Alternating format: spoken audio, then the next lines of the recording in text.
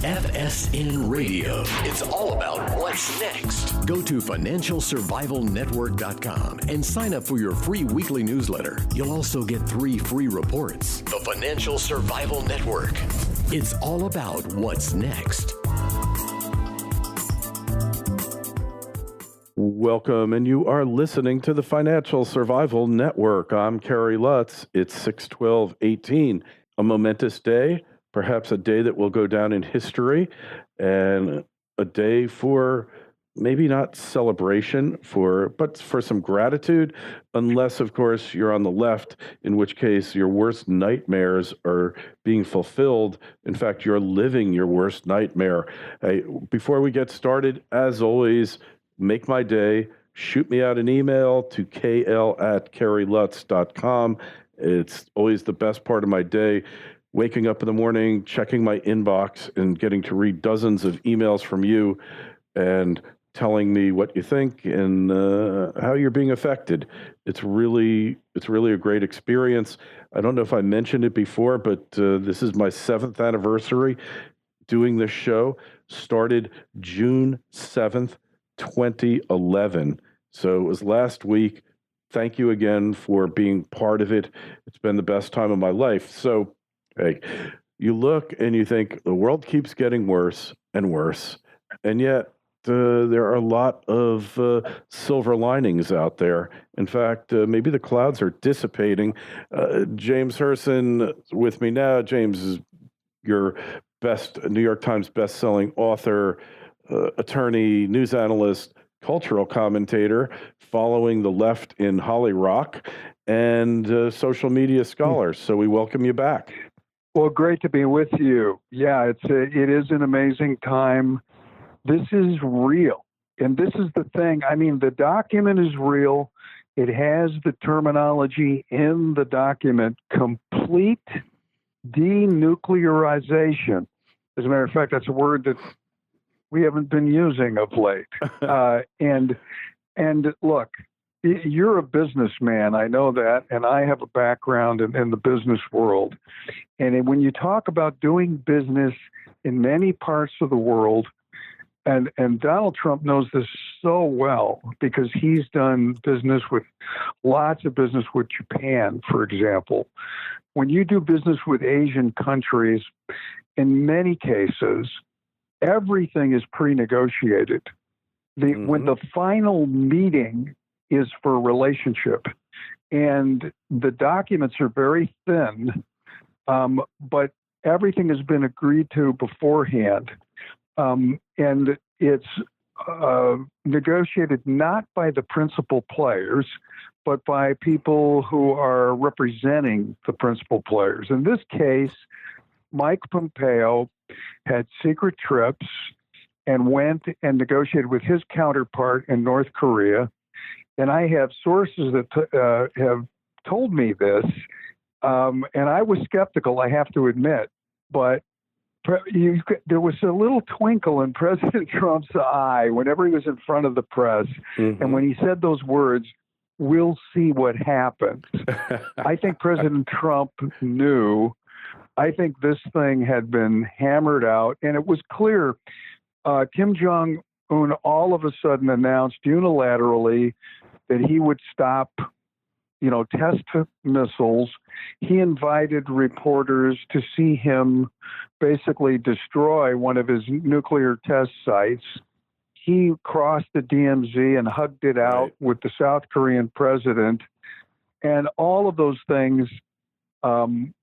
I think there are a lot of things that we probably don't even know that happened behind the scenes in terms of discussions that involved, very strong kind of negotiations.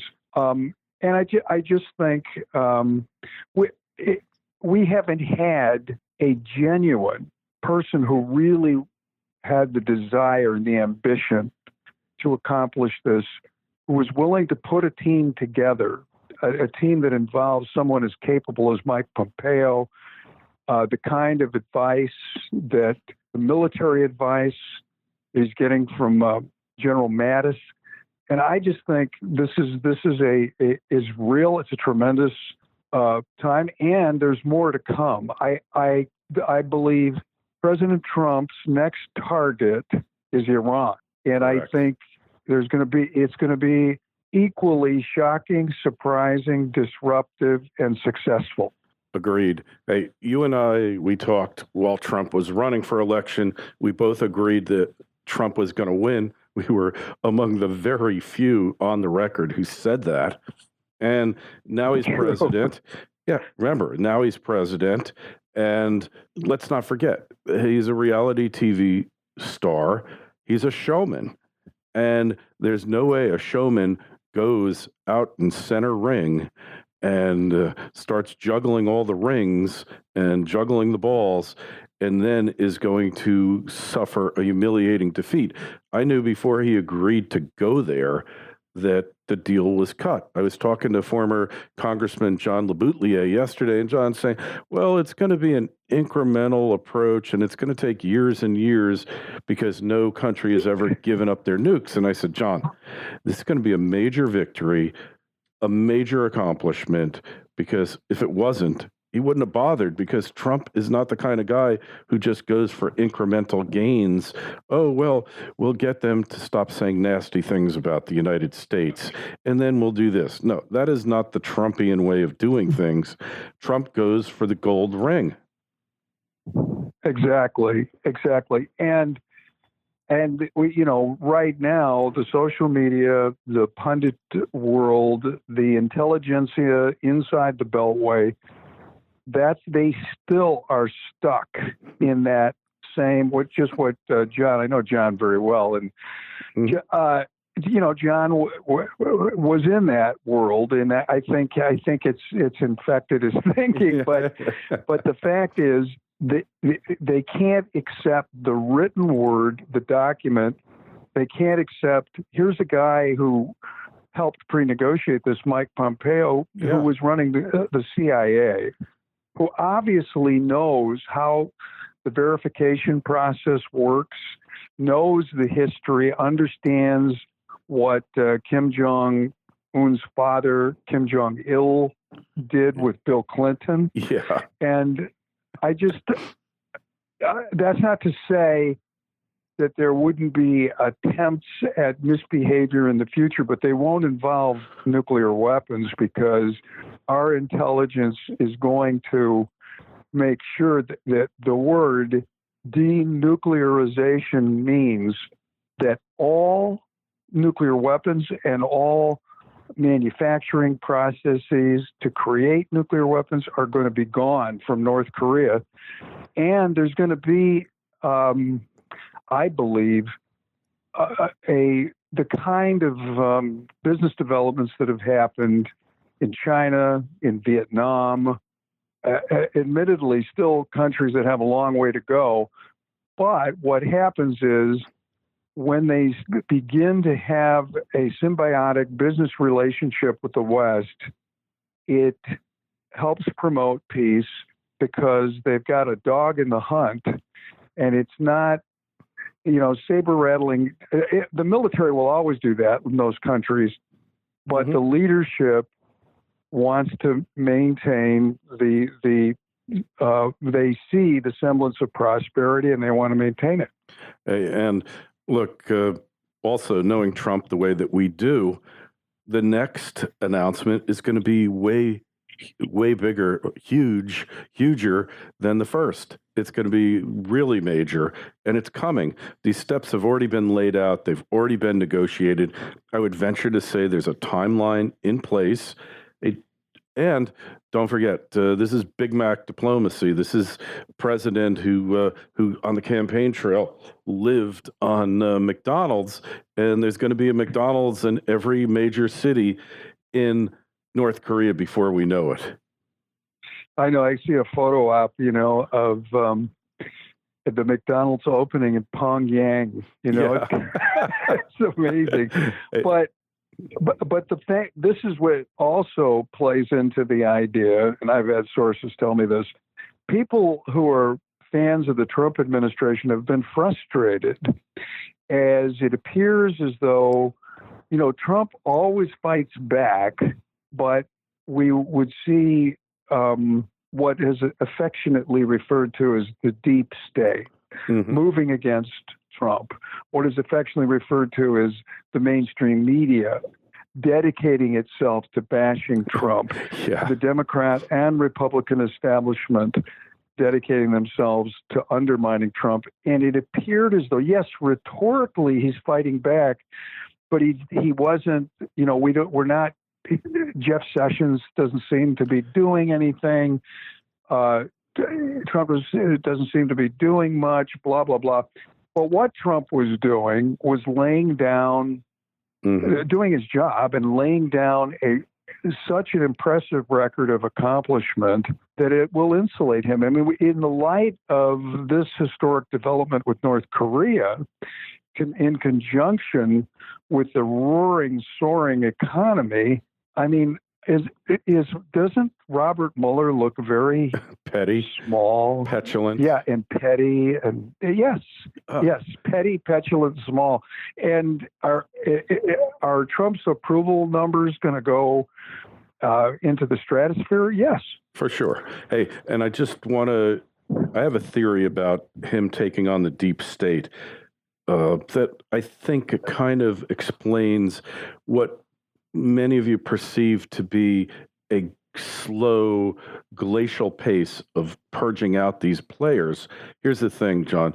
In my opinion, the rule of law has been on the wane in the U.S., and arguably after the assassination of John F. Kennedy, the country is never the same, and we became a lawless society. So what he is attempting to do in his purge of the deep state is to cross every T, to dot every I, and to go strictly by the system, regardless how tardy and slow it might appear, because the only way you can re-implement the rule of law is by using the rule of law to get rid of the actors who destroyed it.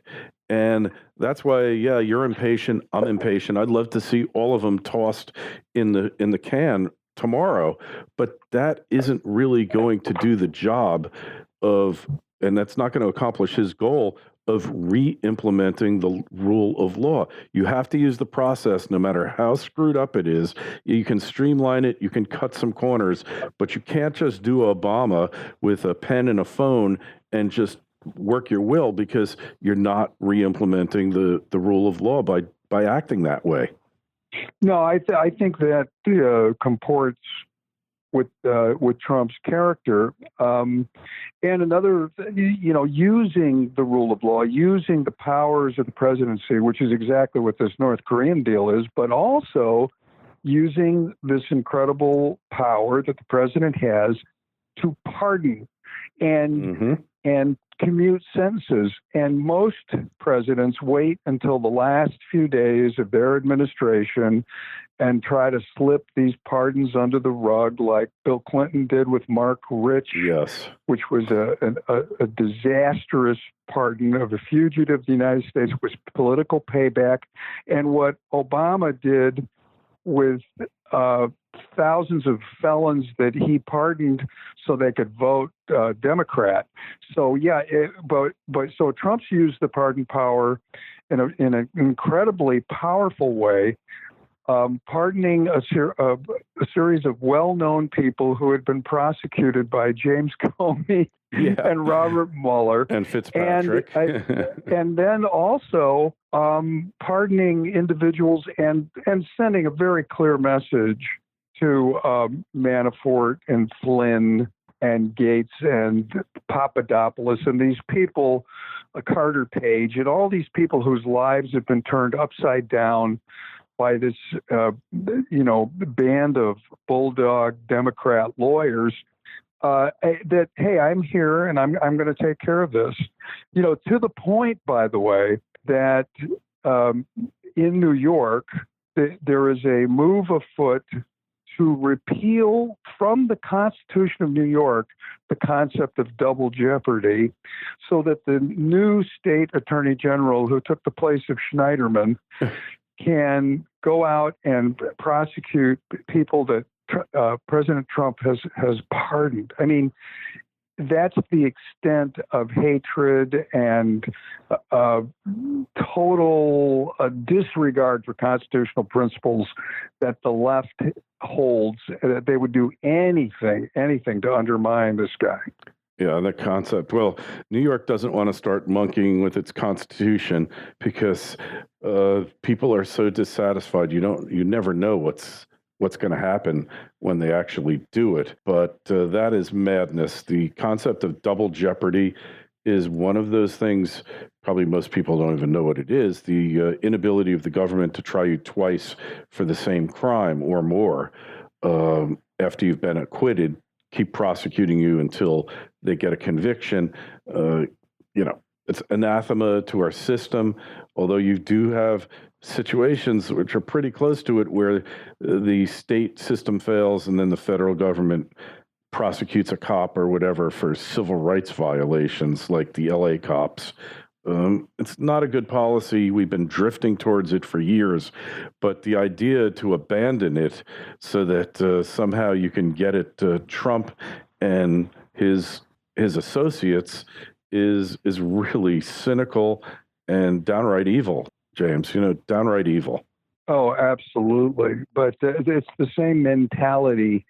It's basically taking away constitutional rights seems to now be a goal of the left. Mm-hmm. They want to take away people's right to bear arms. They want to take away people's right to religious freedom.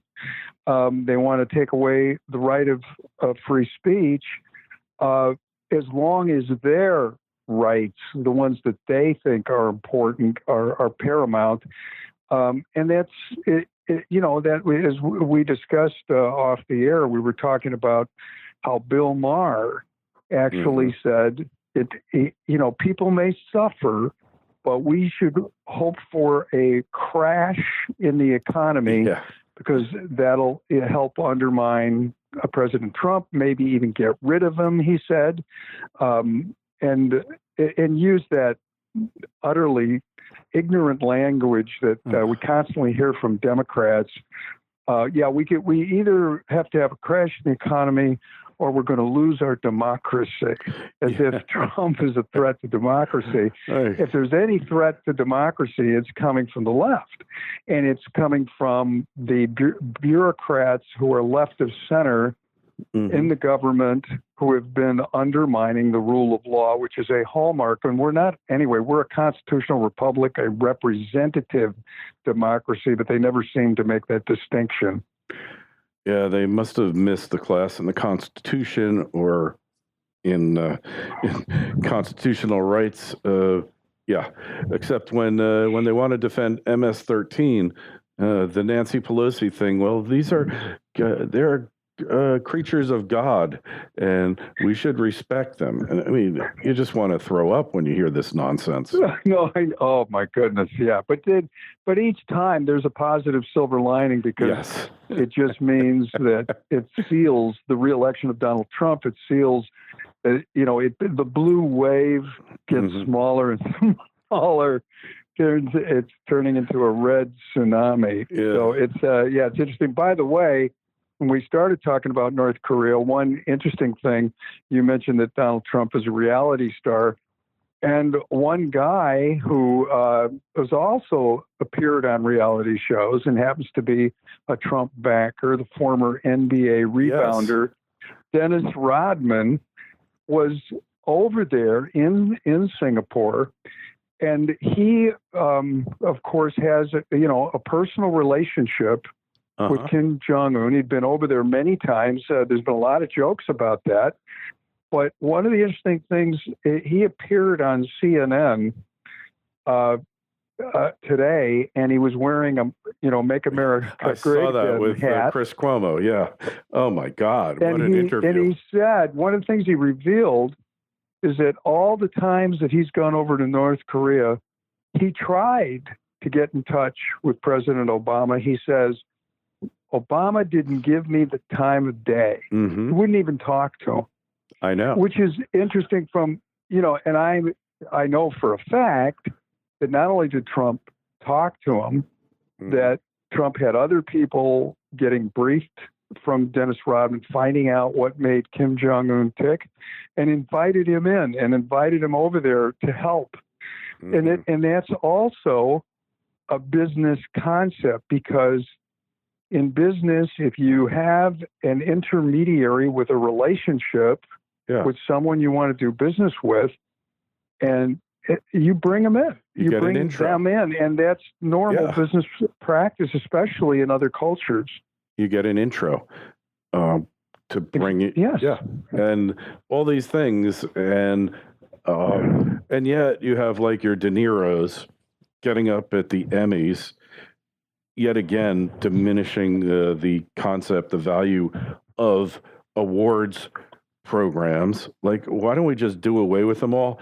They become this forum for hate and for political incoherence that it just, I would never watch another one, James. I've had it. I'm done watching. Oh, yeah. But you know, there's a lot of amazing things. First of all, De Niro, who basically has lost his acting ability. I mean, the only thing he's in are these strange roles where he makes the same face for the entire hour and a half. But the idea of Robert De Niro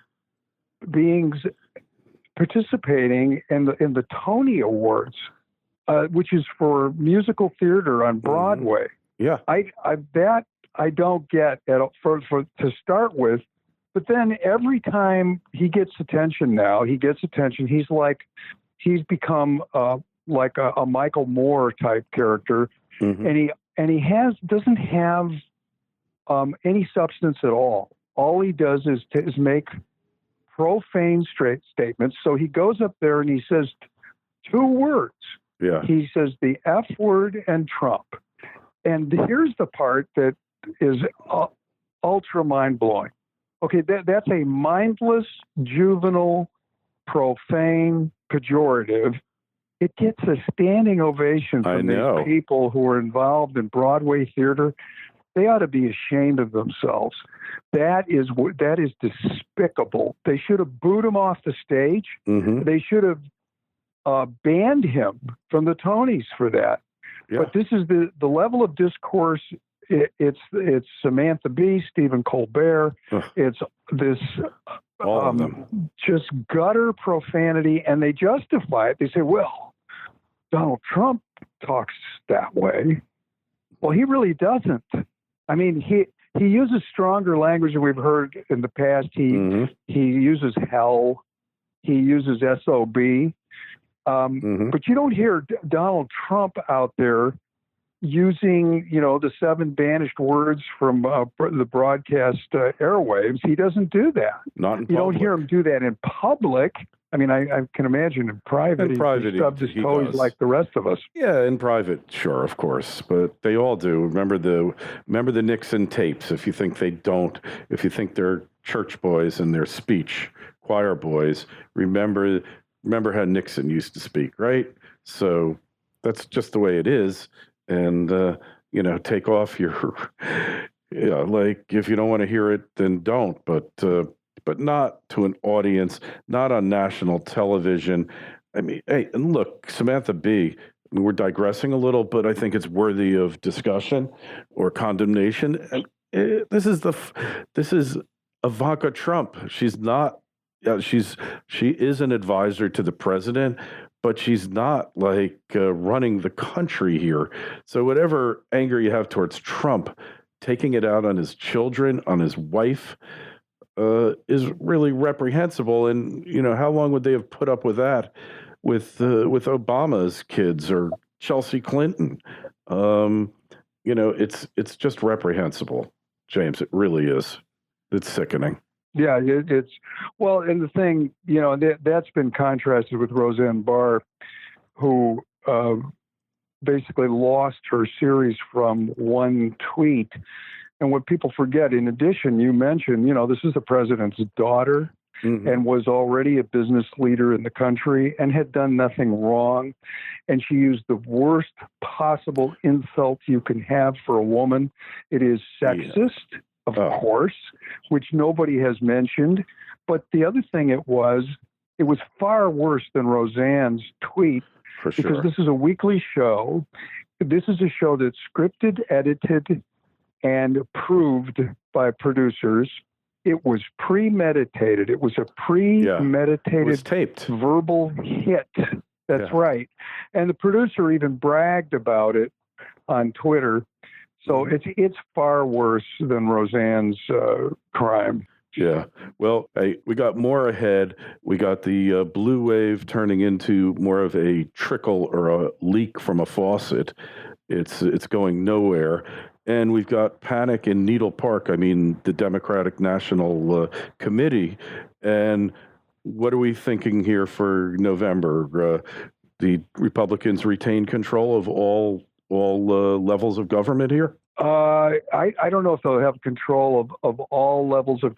When you say, are they going to maintain control the three of the branches, Senate, the House, and the White House? Yes, I think they will. They might lose some state legislatures. They might lose some seats in the House. I think they're possibly going to pick up seats in the Senate. It is going to be historically a huge victory because historically, of course, the party that holds the White House loses in the midterm elections, which has had Nancy Pelosi salivating and thinking about the speaker gavel. She's not going to get it in her hands, though. If she remembered ever having it before, that's a story for another day. Anyway, go over to James's site, jameshirsen.com. That's James, HIRSEN.com. Send us any emails, KL@KerryLutz.com, Twitter feed @KerryLutz, and the Facebook page is Financial Survival Network. James, thanks for stopping by. We'll talk to you again real soon. All right. You take care, Kerry. God bless you. FSN Radio. It's all about what's next. Go to financialsurvivalnetwork.com and sign up for your free weekly newsletter. You'll also get 3 free reports. The Financial Survival Network. It's all about what's next.